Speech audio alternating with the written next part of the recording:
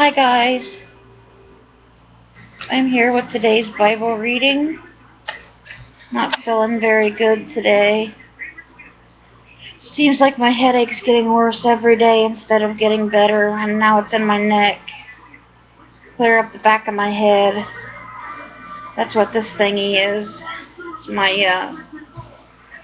it's filled with rice, and you put it in the microwave. It's called a bed buddy, but it's like a heating pad, so it's really nice and warm. Feels really good against my neck, the back of my head, and my lungs are hurting today.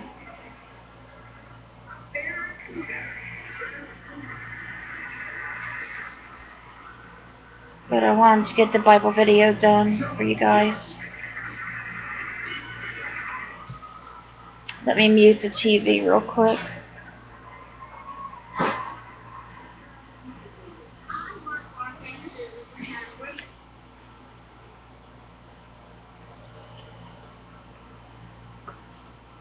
Excuse me. Alright. We're going to begin with John 11:55 through 12:19.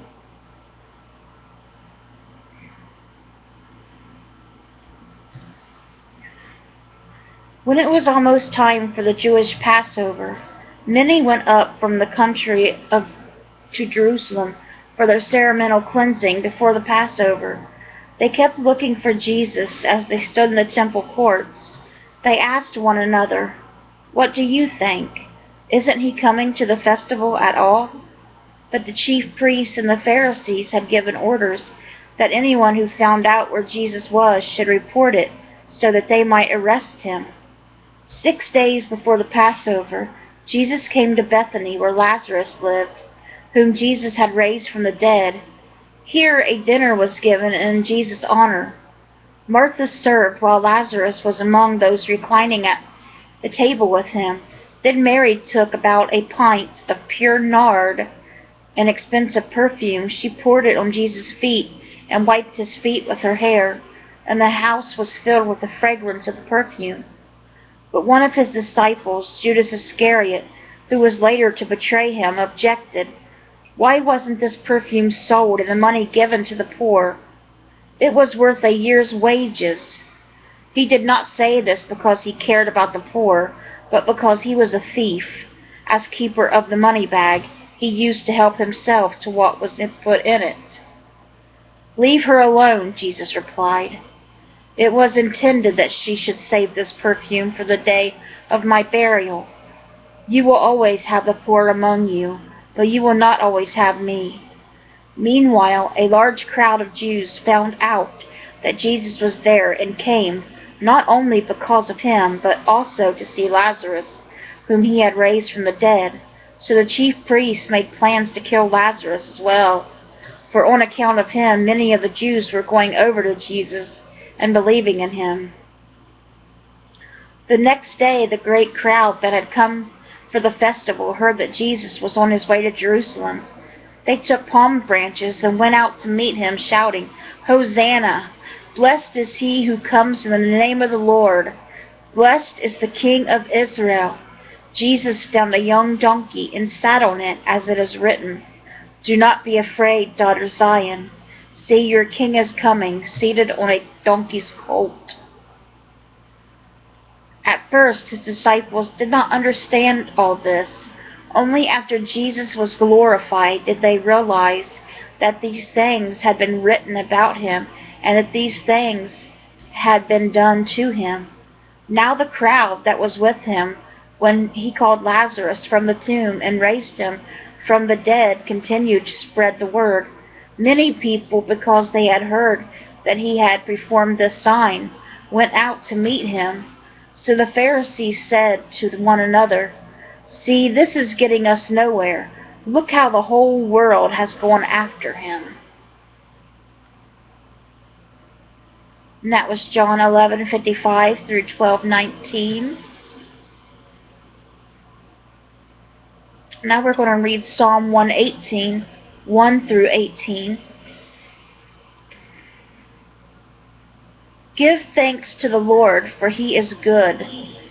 His love endures forever. Let Israel say, his love endures forever. Let the house of Aaron say, his love endures forever. Let those who fear the Lord say, his love endures forever. When hard pressed, I cried to the Lord. He brought me into a spacious place. The Lord is with me. I will not be afraid. What can mere mortals do to me? The Lord is with me. He is my helper. I look in triumph on my enemies. It is better to take refuge in the Lord than to trust in humans. It is better to take refuge in the Lord than to trust in princes. All the nations surround me, but in the name of the Lord I cut them down. They surrounded me on every side, but in the name of the Lord I cut them down. They swarmed around me like bees, but they were consumed as quickly as burning thorns. In the name of the Lord I cut them down. I was pushed back and about to fall, but the Lord helped me. The Lord is my strength and my defense. He has become my salvation.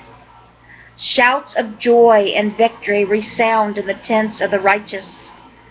The Lord's right hand has done mighty things. The Lord's right hand is lifted high. The Lord's right hand has done mighty things. I will not die but live, and will proclaim what the Lord has done. The Lord has chastened me severely, but he has not given me over to death. And that was Psalm 118, 1 through 18.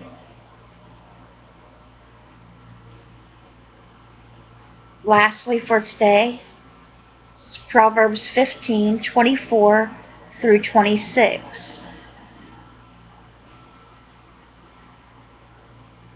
The path of life leads upward for the prudent, to keep them from going down to the realm of the dead.